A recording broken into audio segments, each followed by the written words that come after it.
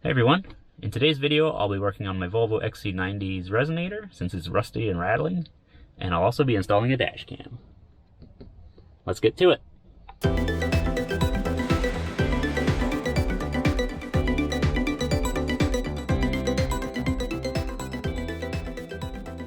Now, this is the Resonator. I've been doing some preparatory work. As you can see, the outer skin is completely separated from the resonator. Now, I've already cut the bolts because they were severely rusted, and the way I did that was with a die grinder and a small cutting disc. And you can actually see on this side, I kind of cut into the heat shield accidentally. And then you'll probably notice here there's no flange or join after the resonator, so I'm actually gonna have to cut this. The new resonator comes and stops around here, and then there's a join piece that will slip on both sides and clamp down. So that's how we'll do it. So the next step is really gonna be to cut this out and then line up the new one. This is the replacement resonator I got. It's the ANSA part. Part number is BL14505, but you can also identify the one that matches your car on Rock Auto or FCP Euro. I think this is from Rock Auto. So the only thing I noticed that's going to give me pause is that the exhaust side of the resonator is slightly at an angle. And I don't think it'll be much of an issue, but I'm going to keep that in mind. Up front, we got our flange. I used this to size what bolts I would need because the previous bolts were ruined. So I got some M10 bolts, flange nuts, and washers, but as we'll see later, I should have checked on the catalytic converter side too to make sure they fit. But before I do any of that, I actually have to I'm going to measure things to make sure this length is the same. Measure this, measure that. That way I know where to cut the one that's on the car to remove it. This is the gasket. ANSA HW7208. That'll go between the cat on the car and this. I have the copper anti-seize, and the reason I think copper anti-seize is because it will work up to 1800 Fahrenheit, and I don't really predict that the exhaust will be getting that hot. That would be pretty insane. And this is the ANSA HW430477, which is the coupler that slot on right here and on the rest of the tailpipe that goes to the muffler. Okay, so I measured 29 inches, or the new resonator measures 28 inches from the flange to the end, so I measured 29 inches here from the flange to this spot because we have over 3 inches of overlap for the coupler. So I'm going to cut right here. Make sure you have eye protection, ear protection.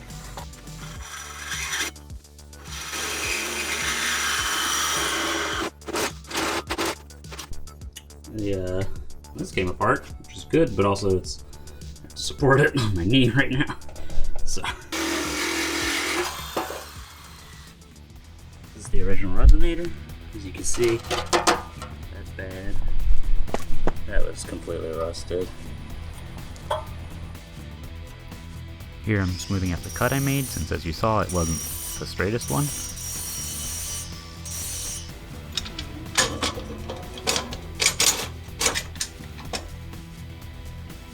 Okay, lines that up. And when I bring this in, I can connect it here.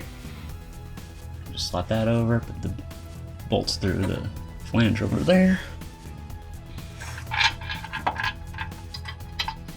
No, come on. Unfortunately, the M10 bolts that I got that fit through the new resonator do not actually fit through this, so I gotta figure out what's going on with that. Testing purposes. Here you can see you could probably make the cut to fit the new resonator a bit closer, but with the length of the coupler, it's not an issue. Okay, so I've got M8 bolts with washers. I've got my gasket. I put copper anti-seath on it, so I'm gonna pop this in here.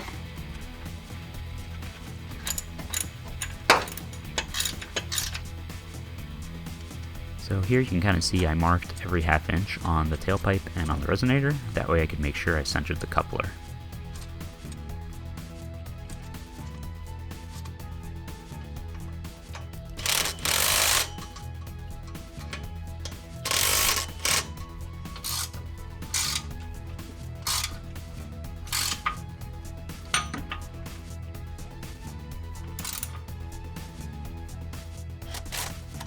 I'm making the final adjustments to make sure the tailpipe is aligned properly.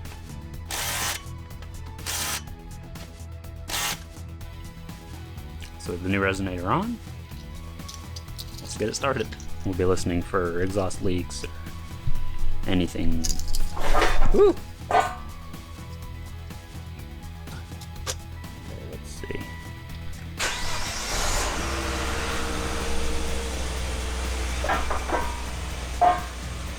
So far sounds about the same. Well, it sounds about the same. No?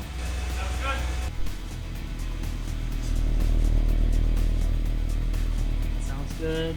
Sounds good. Nothing there. What I'm doing here is checking for any exhaust leaks. So if you're going to do this, be careful because the exhaust does heat up pretty quickly.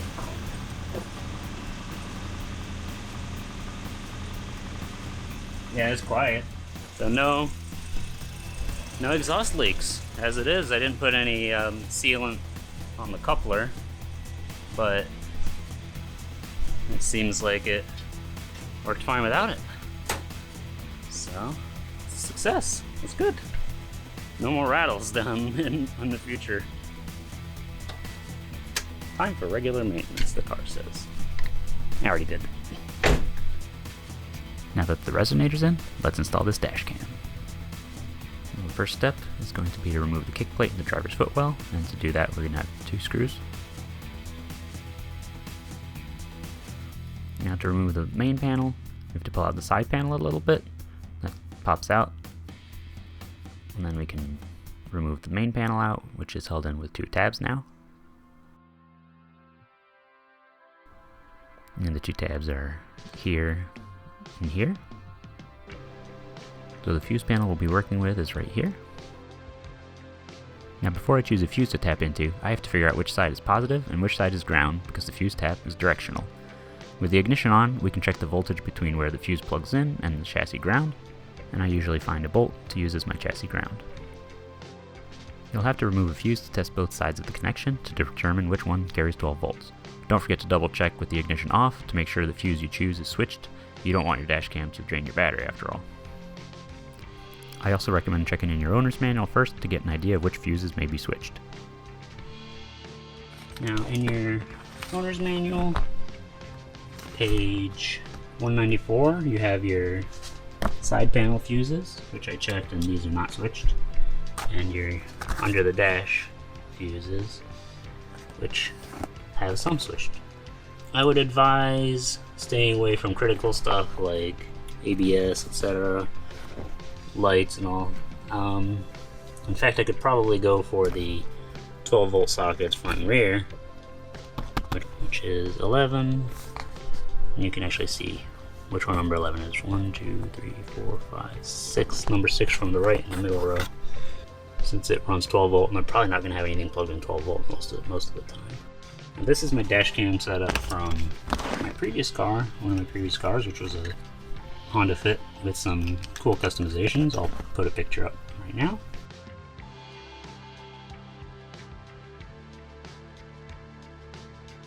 And so this is already pretty much wired up. So this is 12 volt socket, which is connected to a fuse tap, and this happens to be the same size as the fuses under the dash, so it's perfect.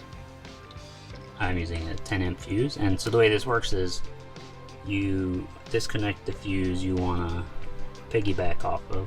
You put that fuse in here, and that fuse will take care of the existing circuit you're tapping into, and then this one will go to whatever's connected. So in this case, it's a 12 volt adapter for the camera, which runs essentially a mini USB cable.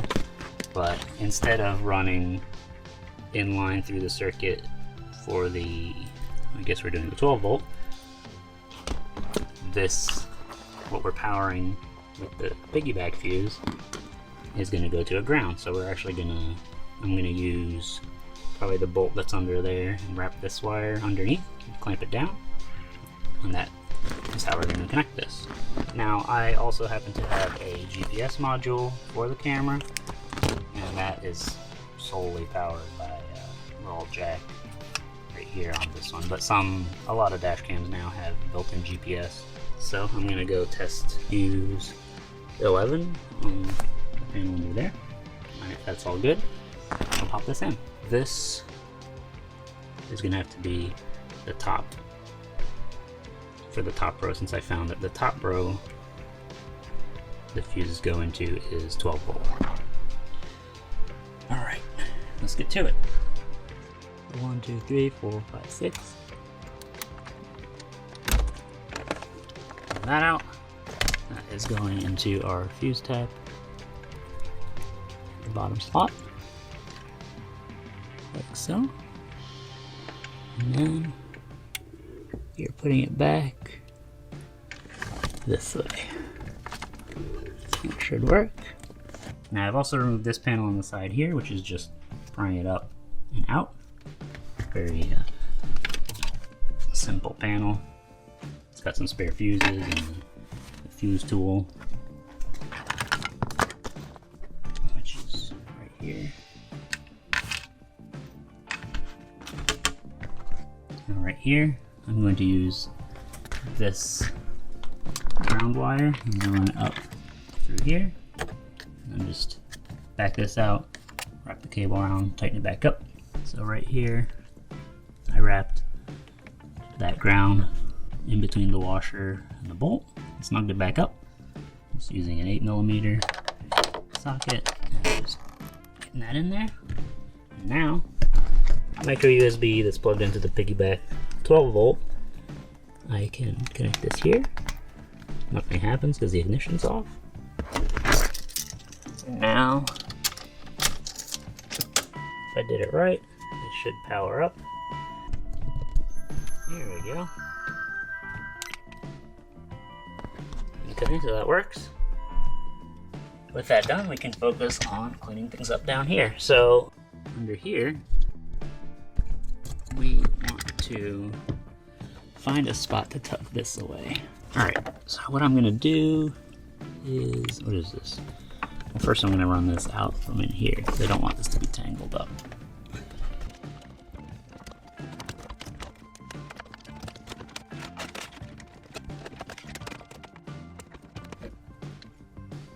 Okay.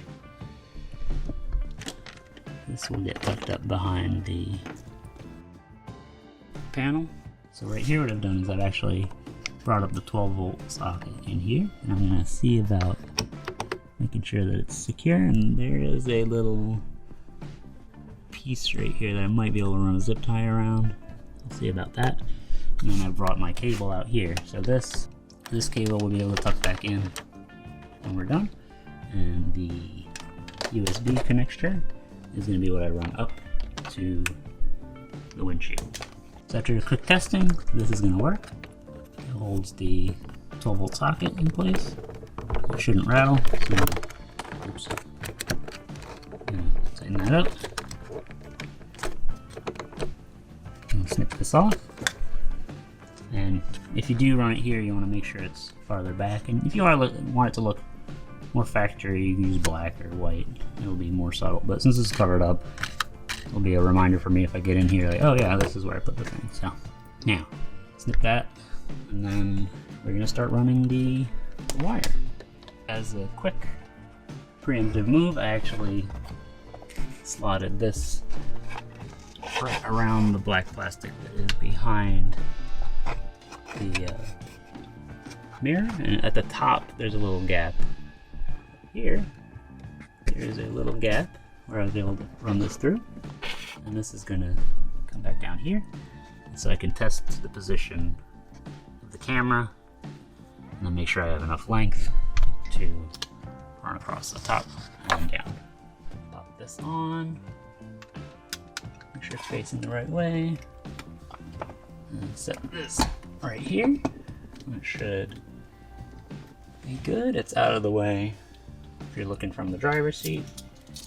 Make sure it works. Yep, power comes on the camera, and I can make the final adjustments later, but perfect, yeah, that should be good. Okay, perfect.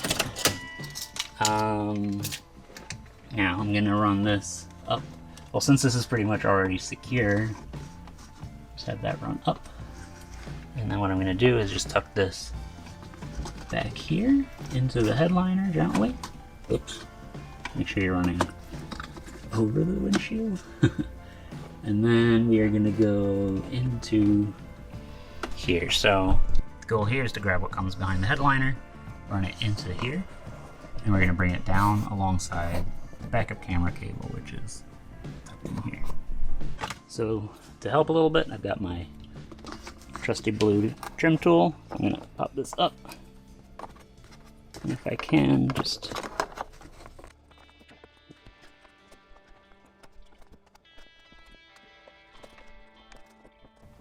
now another option is actually to just remove this A-pillar panel, which you'd pop this off, unscrew it, bring it down.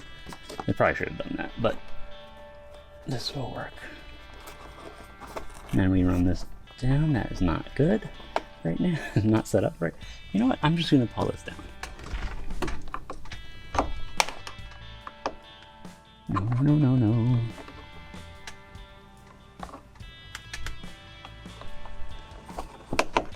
Okay. Just careful, you don't want to damage your plastic.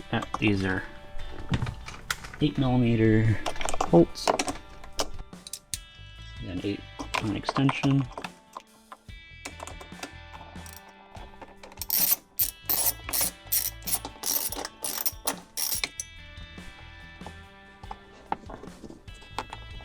Yep. Okay, perfect. Just have that round the corner there. Actually, while I'm here, I'll also tuck this back there a little more if I can.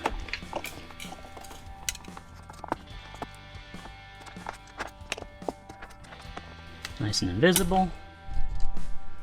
So I'll run this down.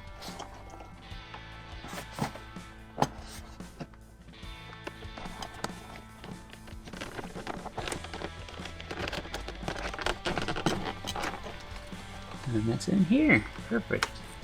Back up here. Tighten this back up.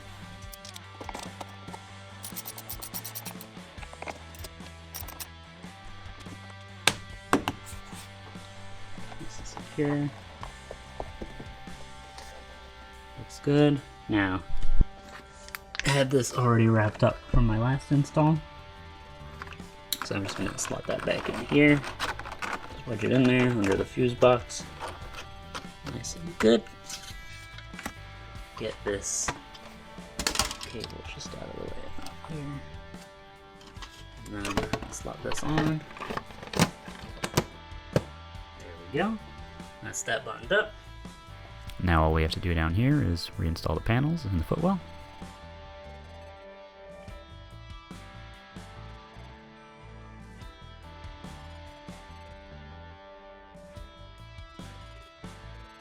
Side panel back in if we are lined up right.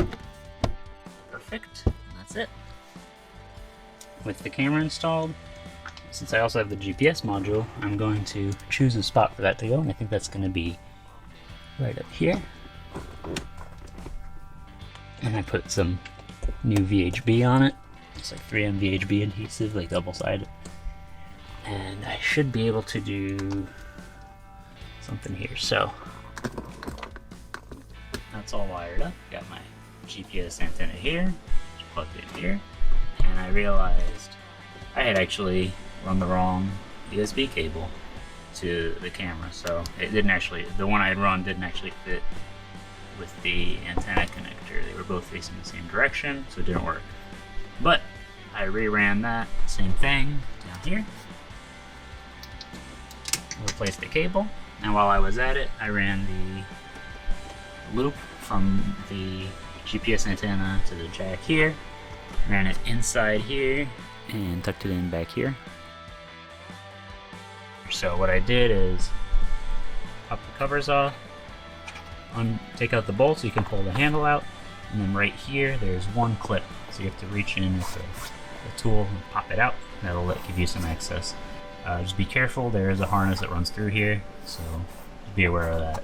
Make sure everything lines up, make sure your seal is back in place, and then you can reassemble everything. If you're using a camera that has a 12 volt to USB adapter, I would consider wrapping all that in electrical tape or something like that so that it doesn't slide out with vibrations. And that wraps up this video. The Resonator replacement addressed all the rattling issues I was having before, and the Dashcam gives me a little extra peace of mind when I'm driving around, because you know how people are. If you have any questions, let me know in the comments. If you enjoyed the video, leave a like, and be sure to subscribe if you want to see more. Thanks for watching, and I'll see you next time.